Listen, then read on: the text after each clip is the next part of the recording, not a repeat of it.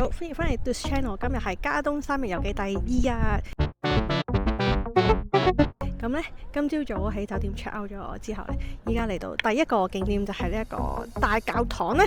前面呢就係呢個大教堂啦，咁你左邊有樓梯，咁呢但係右邊都有電梯。咁我哋呢就梗係唔行樓梯啦，電梯係咪？咁嚟呢一度呢係要俾6蚊嘅捐款啦。咁然後佢門口有個位呢就係收集捐款嘅。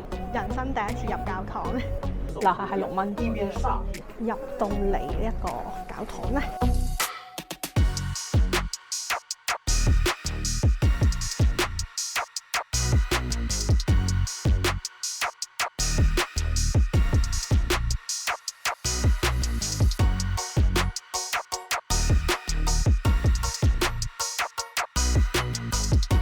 同香港嗰啲或者中式寺廟差唔幾，佢哋有好多呢啲咁嘅捐款箱，你冇眼仔你就俾電子批文，另一款嘅捐獻箱，跟住佢仲有呢啲銅幣機，咁就4蚊。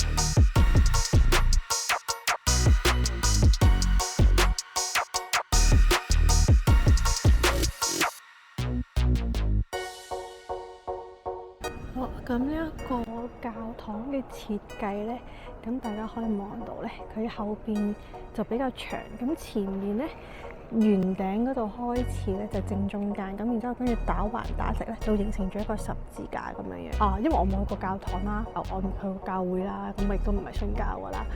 正常呢，喺個教主壇咧會有一個冠冕嘅，咁呢一度呢，就將個冠冕呢，就升咗上去做嗰大圈圈咁樣樣。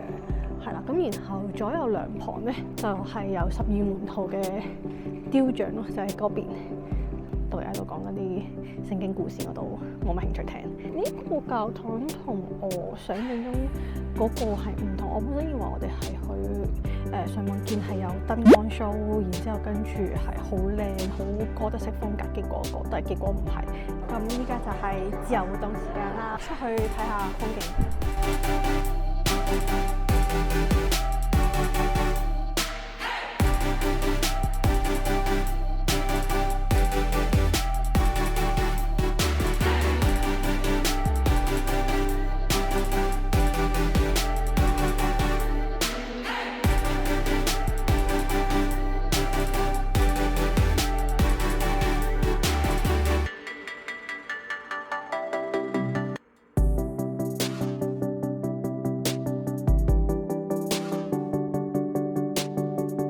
頭先咧喺出邊嗰度影咗啲風景相啦，基本上都已經參觀完啦。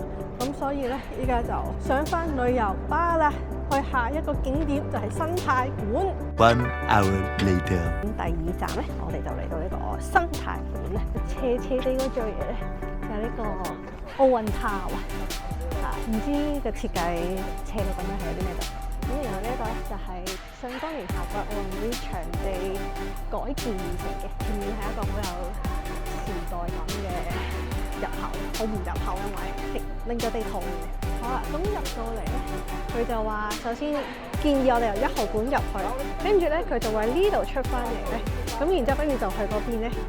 又入完去之後，跟住就兜到呢度出翻嚟，之後跟住隔離又係另一個入口，總共3個館。咁咧就分別係熱帶雨林啦、咩楓葉河流區啦，同埋極地區。咁我最有興趣咧，咁梗係睇魚啦！10點40分就要走啦，1個鐘頭嘅時間都冇，又要 speed run 啊！一入嚟咧喺呢個熱帶區啦，又係濕濕熱熱、臭噏噏咁嘅感覺啦，同埋佢就係啲動物咧係冇掛住㗎。即係譬如咧，啲雀仔係會喺呢個頭度飛下咁樣啦，又係1秒回到香港嘅感覺。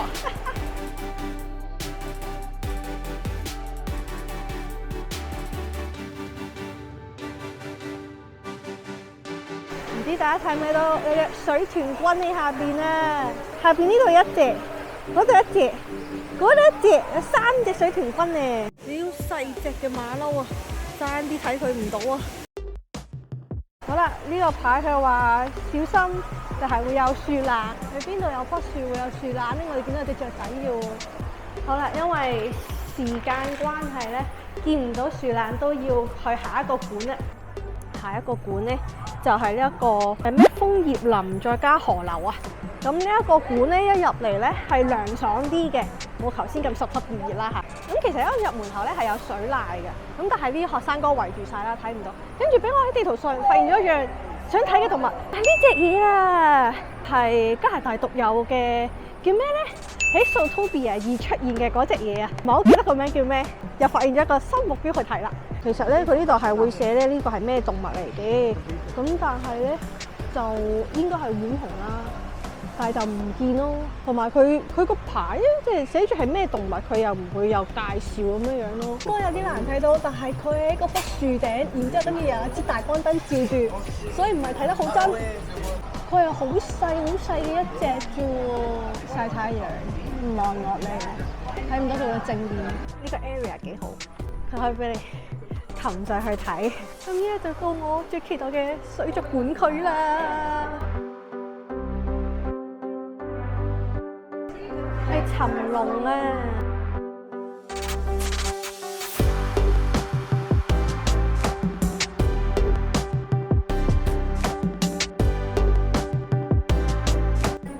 大魚缸嘅對面就係海星星，底有好多唔同嘅海星星。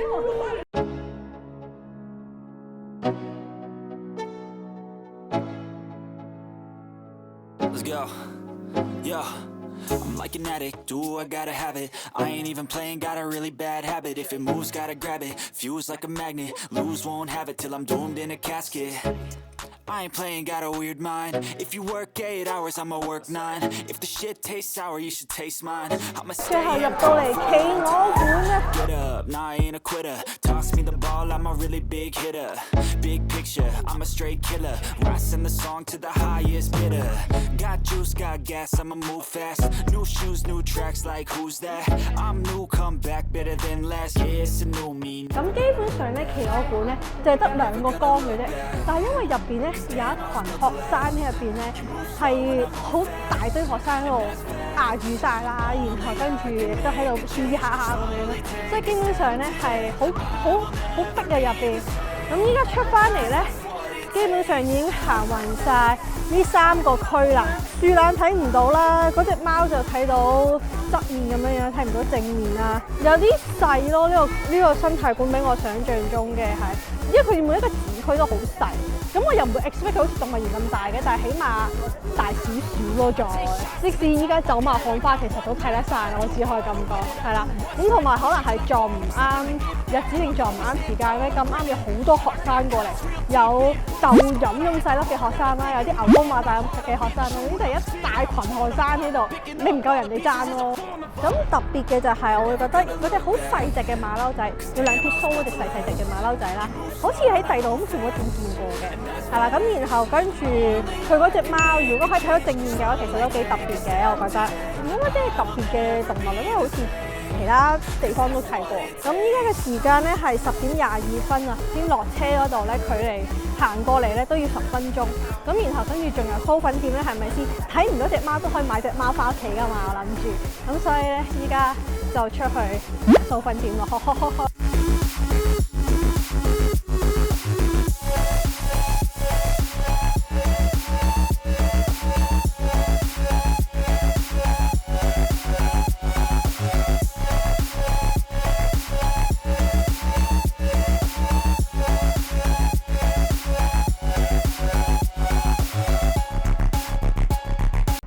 嗰隻貓仔，但係個樣都唔係咁可愛咁嘅，佢係可以插手指落去，但個樣唔可愛。大隻啲嘅都唔可愛，呢個都唔可愛。係二指樹懶，隔離咗隻毛神神嘅唔知咩嚟，跟住就有水豚君。呢一度咧應該就係企鵝區正品，全部都係企鵝。呢度仲有一啲咧呢個係為草蜢嘅蟲蟲，咁隔離咧就係為蟋蟀嘅蟲蟲，一個好得意嘅龍蝦，乜用途都冇，就已經要20蚊啦。如果咧你想買個袋仔去裝住佢嘅話，7蚊。佢都有個靚啲嘅嗰個貓，係個杯，但係45蚊，好貴。咁最後咧就係堅持都係照買咗呢一個襟針仔，因為真係冇乜邊度見到呢隻貓嘛，係咪先？咁然之後跟住咧，另外亦都買咗個番梘咧，就俾媽媽嘅。雖然唔知幾耐會再見到佢啦，咁但係係咯，買俾佢先啦。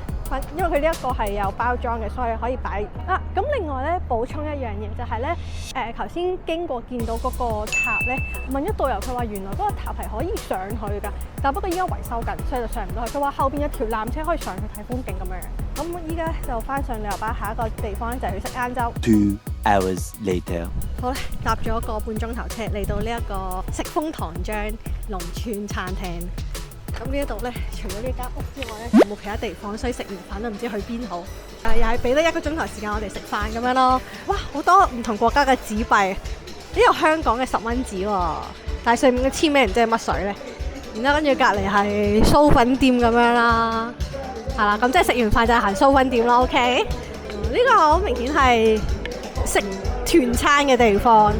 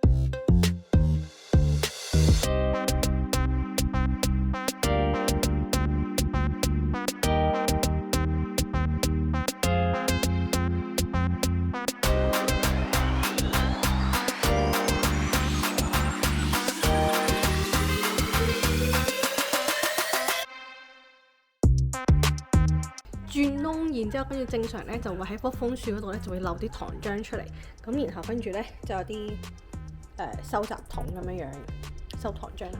或者另一個方法咧就係呢種喉嚟嘅，係啦咁樣咯，駁條喉咁就可以去到好遠，一次會收集好幾棵樹嘅糖漿咁樣。呢個就係教話俾人聽點樣去收集糖漿，咁然之後就拎過嚟度做嘢啩。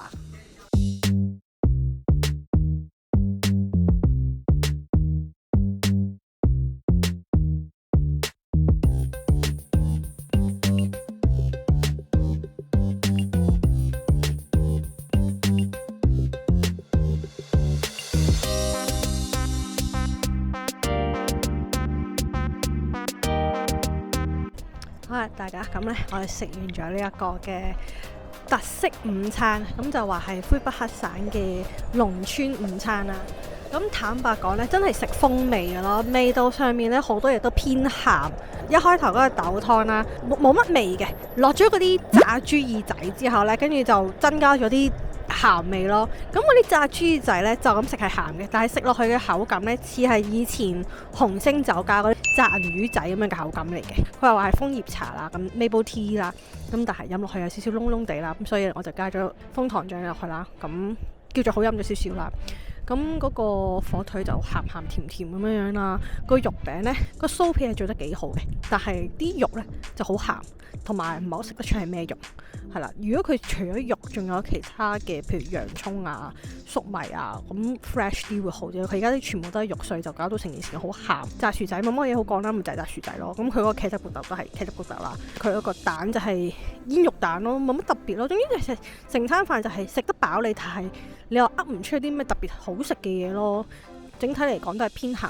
楓糖漿嗰個波板糖，咁上網睇咧，佢話係要自費要俾6蚊嘅，但係頭先又唔使喎。咁食落去咧，我本身以為佢喺個冰上面咧已經變成硬刮刮嘅波板糖咁樣樣啦。咁但係又唔好食落去都係腍地地，仲要係成嚿糖漿咁食，其實幾甜下咯，我會覺得。比平時蜜糖更加甜咁，但係佢又凝固唔到，咁佢淋喺啲冰上面，同我就咁攞隻根剝嚟食，好似又冇乜分別咁樣咯。係啦，咁同埋呢一度佢真係附近真係乜都冇，佢就得呢個咁嘅餐廳同埋手信店咯，係咯。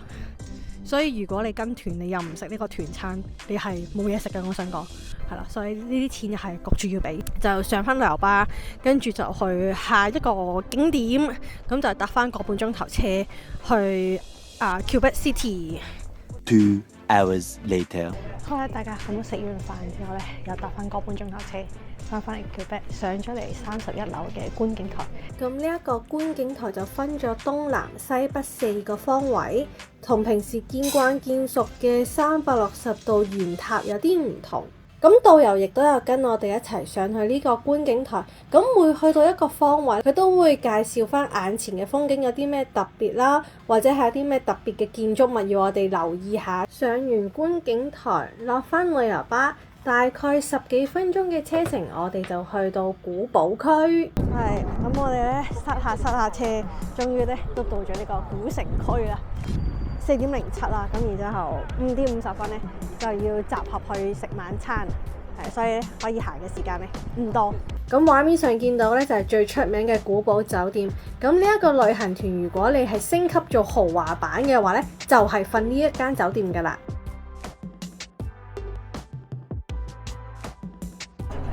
咁咧唔識路，所以就跟住導遊一齊行。咁嗰度咧就係搭纜車嘅地方。咁導遊話如果冇加價就要俾6蚊。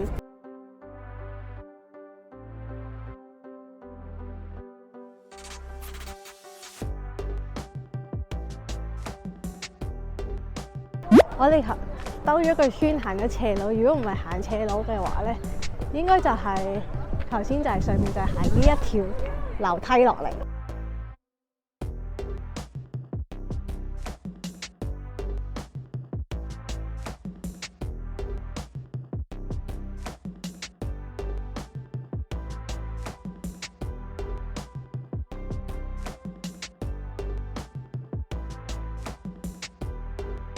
好啦，嚟到呢一個著名嘅景點斷頸樓梯，個名好恐怖啊！有歷史先會咁叫噶嘛，個名係咪？咁影相係幾靚嘅，係影落嚟先靚嘅，影翻上去咧應該係冇咁靚個。咁但係下城區咧，除咗呢條樓梯，再嚟一個好著名嘅景點咧，就係掛咗好多遮嘅嗰條街。但係咧導遊話咧，佢上個禮拜嚟睇咧都仲未開始掛啊啲遮，所以就應該冇得睇啦。咁呢度咧應該就係石板街啩。呢度咧其實係好多手信鋪嘅，咁然後跟住咧我 book mark 咗一間咧係賣蘋果酒嘅地方，因為聽聞呢度蘋果酒咧都好似係佢嘅特色，咁所以就揾下間嘢先。後邊咧其實條街咧啲鋪頭幾有特色，幾靚嘅。有啲咩有趣嘅，再影俾大家睇啦。我哋手信好似應該都係間差唔多噶啦，費事嘥咁多錢買手信，同埋時間有限。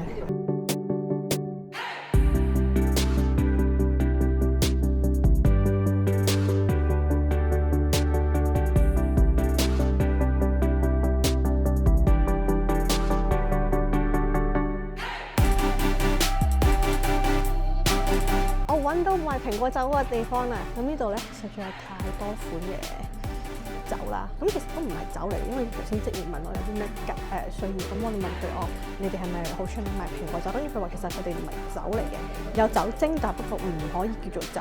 咁佢咧就介紹我咧呢一隻咧就係最 popular 最多人飲嗰隻嚟嘅。佢話係甜啲，咁佢呢度咧仲有啲細罌嘅果醬，咁佢咧細罌嘅果醬咧就係4蚊罌 tax included 嘅。主線任務已經完成，就買咗支蘋果酒，咁佢咧就係20蚊一仙就連埋稅噶啦，係啦。咁另外本來我諗住買個蘋果 jam， 但係個蘋果 jam 咧佢俾我試過好甜，所以就放棄啦。咁依家主線任務完成，咁就逛下其他嘢咯，已經盡頭啦，行完啦。見到咧有另一間咧係都幾出名嘅朱古力鋪，咁都入去逛逛先。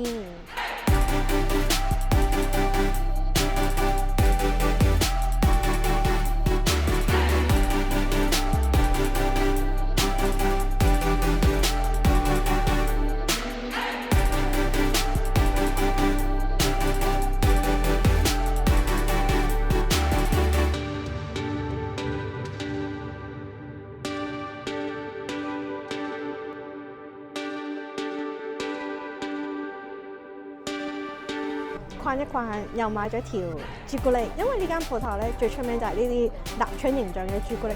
咁呢一個係辣椒味，咁就應該特別啲嘅。因為其他口味咧，譬如啲咩 cream brulee 啊、whisky 啊、拖肥啊嗰啲應該好甜。咁呢個辣椒朱古力應該就可以中和翻。咁但係可惜嘅就係冇細啲嘅 size 啊。咁佢細啲嘅 size 咧係另一款口味嚟嘅，得一款口味咯。希望好食啦。然後又俾一間門口擺滿晒手工貓貓木製品嘅鋪頭吸引咗入去睇。入到去，老細同我講，佢哋依家所有木製品都做緊半價，咁着數，梗係要揀翻隻貓貓翻屋企啦。好啦，大家聽到我喘就係咧，其實我做咗一件好蠢嘅事，因為我記得係搭10，咁以為4點10分集合去食晚餐，跟住咧我發覺唔夠時間，咁我就喺下邊樓梯跟住斜路。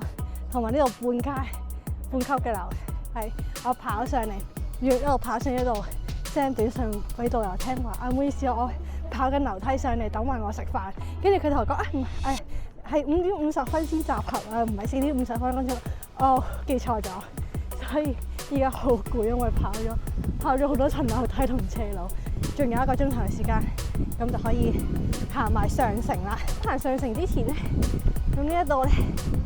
就有一個觀景台，睇下啦。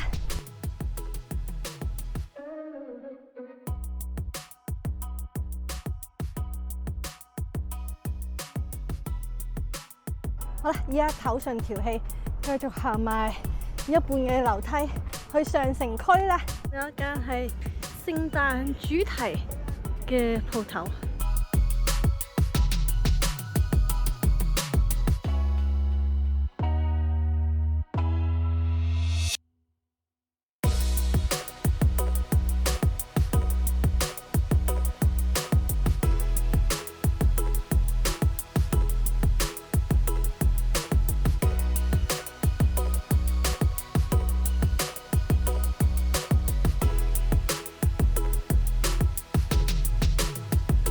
DJI 冇電，咁尿袋咧又喺旅遊巴度，所以依家用電話影。咁咧基本上咧上城咧都差唔多叫做行咗一半啦，再行咧就唔得掂，因為咧買咗好多嘢，再行就會破產啊！咁所以咧依家就仲有幾分鐘就去集合食晚餐啦。食晚餐嘅地方好近，行5分鐘到就到啦。咁呢一個地方咧就好似係教堂改建而成，為咗專門提供食團餐。咁今晚就係食法式料理，有齊前菜、湯、主菜、甜品同嘢飲。頭盤咧嗰個鴨肝醬唔算話特別香嘅，反而咧佢係唔夠 smooth 啊個醬，即係結結地啦，唔係好滑溜嗰隻。咁但係佢嗰個半碟嗰2個葉菜咧係幾好食嘅。咁然後佢個湯咧係粟米湯嚟嘅，我覺得都幾 OK。咁但係配湯嘅嗰個麵包咧就乾身得滯，真係要不停飲個湯食先至 OK。咁主菜個牛扒啦嚟到嘅時候咧，基本上係9成熟，咁所以食落去係有啲韌韌地咁樣樣嘅，對我嚟講係啦。咁但係佢另外嗰啲伴碟都 OK 嘅，牛味都算 OK 嘅。咁然後跟住同台人就好 nice 咁 share 咗佢少少嘅三文魚俾我食啦。咁三文魚都係 OK 唔差嘅。甜品蛋糕咧，個朱古力望上好似好厚咁，但其實唔算話好甜嘅，食落去都 OK。比想象中嘅西式甜品嚟講唔算好甜啦。咁整體嚟講呢個晚餐我覺得都算 OK 啦。暫時喺咁多餐團餐入邊，我覺得叫做最好食嗰個啦。有同行嘅團友係冇食團餐，咁佢哋就自己喺古城區入邊自己揾嘢食啦。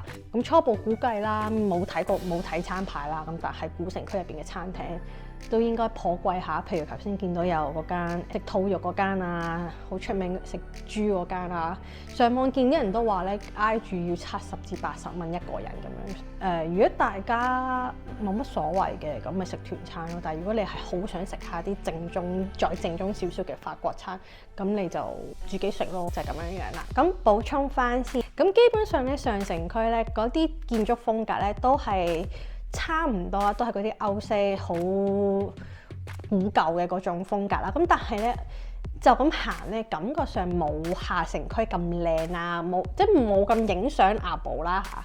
下城區好多都係賣手信啊、souvenir 或者係特色嘢啦，或者係佢哋啲 handmade 嘅嘢咁樣樣。咁而上城區大部分咧都係餐廳食嘢或者係酒吧咁樣樣啦。咁但係我都買咗幾多嘢下㗎。咁買咗一袋嘢啦，希望老公唔會炸型啦。咁今日咧就係轉咗另一間酒店啊。呢一間房嘅玄關位係超大。咁呢度係門口啦。咁入嚟咧。係勁大個玄關位嘅，超大個玄關位啦。咁一入嚟咧，就係有塊好靚靚嘅全身鏡啦。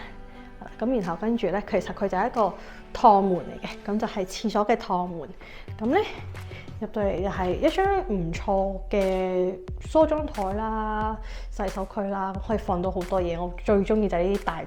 咁但係以化妝嚟講咧，佢嘅燈光都唔算話好好嘅。標準配置啦，馬桶啦、浴缸啦，仲有花灑係啦。咁呢個廁所都幾大嘅。咁然後呢一個全身鏡嘅趟門咧，拉咗過嚟做咗廁所門之後咧，隔離咧就係一啲燙斗啊、掛嘢嘅地方咁樣樣咯。咁呢個 area 我基本上都唔會點樣用。咁之後呢邊咧就係我放行李嘅地方啦。